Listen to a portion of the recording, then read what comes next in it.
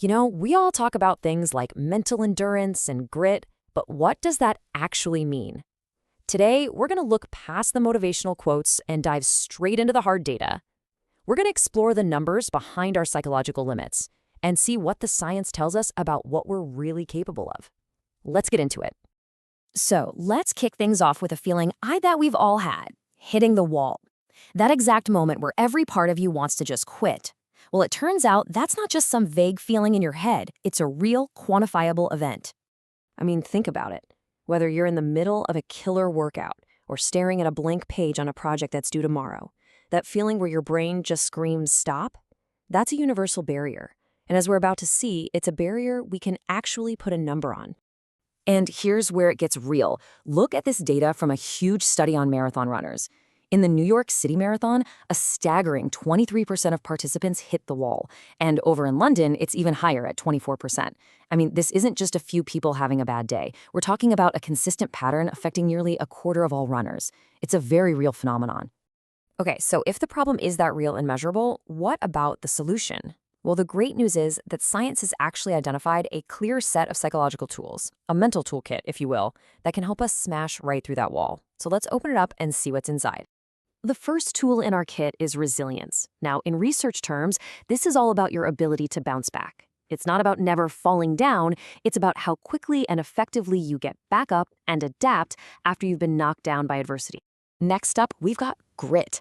And it's really important to know this is different from resilience. See, if resilience is about bouncing back from a setback, grit is about the long, slow burn. It's that passion and perseverance you hold onto for your long-term goals. It's the engine that keeps you going day after day. And our third tool is this super practical strategy called implementation intentions. It sounds complicated, but it's actually incredibly simple. It's just making an if-then plan. For example, if I feel like skipping my workout, then I will put on my gym clothes. You're basically pre-programming a specific positive response to a future obstacle. So let's zoom in on that if-then plan. It sounds almost too simple, right? Can a little mental trick like that really make a difference? Well, let's see what the hard evidence has to say about it. The results might just surprise you. So to answer that question, researchers didn't just do one little study. They conducted a meta-analysis, which is basically a study of studies. They pulled together all the research out there on this one topic to see what the overall truth is. And what they found was incredibly clear. Okay, let's break this table down because this is where it gets really interesting. That last column, effect size D, that's the number that tells us how well something works. In statistics, 0.2 is small, 0.5 is medium, and anything around 0.8 is considered a large effect. Now look at that bottom line. Across 83 different experimental studies, the average effect size for if-then planning was 0.65. That is a solid medium to large effect.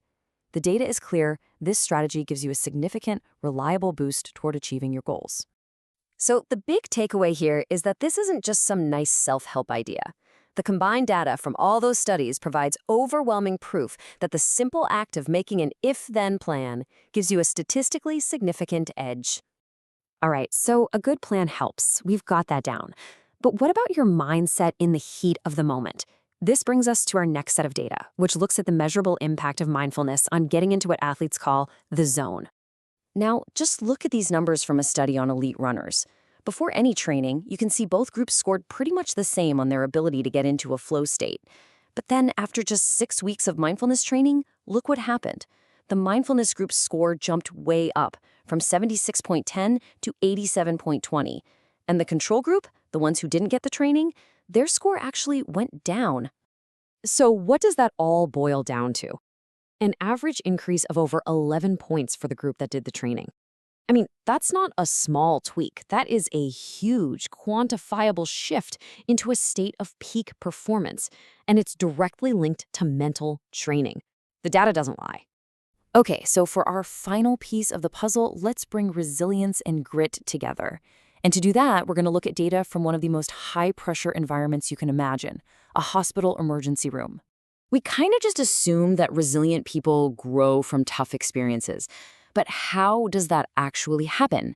The data shows us there's a critical ingredient, a connecting piece in the middle that turns that potential for resilience into real, actual growth.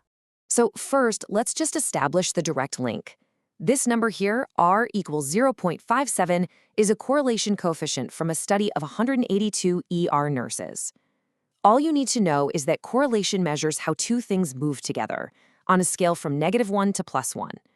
So a 0.57 is a really strong positive link. It's statistical proof that the more resilient these nurses were, the more they experienced growth after trauma.